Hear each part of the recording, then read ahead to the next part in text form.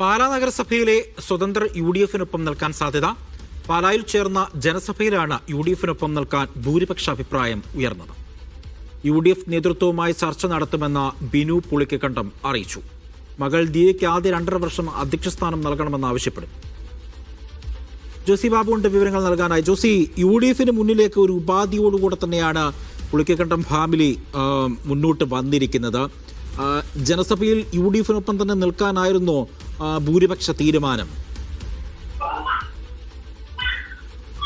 അജി, പാലാ നഗരസഭയുമായി ബന്ധപ്പെട്ടുകൊണ്ട് ആർക്കൊപ്പം നിൽക്കണമെന്നുള്ള കാര്യത്തിൽ പാലായിലെ സ്വതന്ത്രനായ ബിനു പുളിക്കക്കണ്ടവും സഹോദരൻ ബിജുവും മകൾ ദിയയും എന്ത് നിലപാടെടുക്കുമെന്നുള്ളത് വളരെ നിർണായകമാണ്.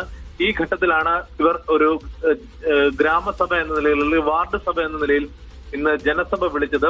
ആ ജനസഭയിലാണ് വാർഡിലെ വോട്ടർമാർ പൊതുവെ UDF-നൊപ്പം നിൽക്കണമെന്നുള്ള അഭിപ്രായം മുന്നോട്ട് വെച്ചത്. അതേസമയം ബിനു പ്രസംഗത്തിൽ തന്നെ അത് വ്യക്തമാക്കുകയും ചെയ്തു. മകൾ ദിയയ്ക്ക് 2.5 വർഷമെങ്കിലും അധ്യക്ഷ സ്ഥാനം നൽകണമെന്നുള്ളതായിരിക്കും തങ്ങളുടെ ഉപാധി.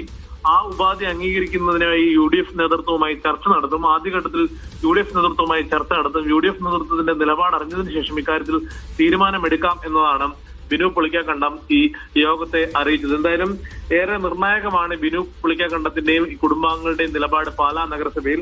പാലാ നഗരസഭയിൽ LDF-ന് 12ഉം UDF-ന് 10ഉം 4 സ്വതന്ത്രരുമാണ് ജയിച്ചു കയറിയത്. അതിൽ ഈ 3 സ്വതന്ത്രർ ബിനു പുളിക്കക്കണ്ടവും സഹോദരൻ ബിജുവും മകൾ ദിയയുമാണ്. മറ്റൊരു സ്വതന്ത്ര കോൺഗ്രസ് വിമതയായിട്ടുള്ള മായ രാഹുലാണ്.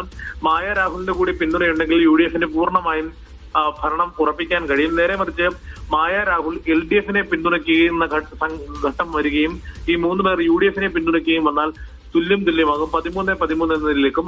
അങ്ങനെയാണെങ്കിൽ അത് നറുക്കെടുപ്പിലേക്ക് പോകാൻ സാധ്യതയുണ്ട്. അത് ഈ ഒരു ഘട്ടത്തിൽ കോൺഗ്രസ് വിമതയായ മായ രാഹുലിനെയും ഈ 3 പേരെയും ഒപ്പം നിർത്തി ഭരണം പിടിക്കാനുള്ള നീക്കങ്ങളാണ് UDF നേതൃത്വം നടത്തുന്നത്. UDF നേതൃത്വം നേരത്തെ തന്നെ ഇക്കാര്യത്തിൽ ബിനു പുളിക്കക്കണ്ടത്തിന് അനുകൂലമായ നിലപാട് സ്വീകരിക്കുമെന്ന് വ്യക്തമാക്കിയിട്ടുണ്ട്. എന്തായാലും ഇനിയുള്ള ചർച്ചകളിൽ മാത്രമായിരിക്കും ഇതിൽ അന്തിമ തീരുമാനമെടുക്കുക എന്ന് ബിനു പുളിക്കക്കണ്ടം വ്യക്തമാക്കിയിട്ടുണ്ട്.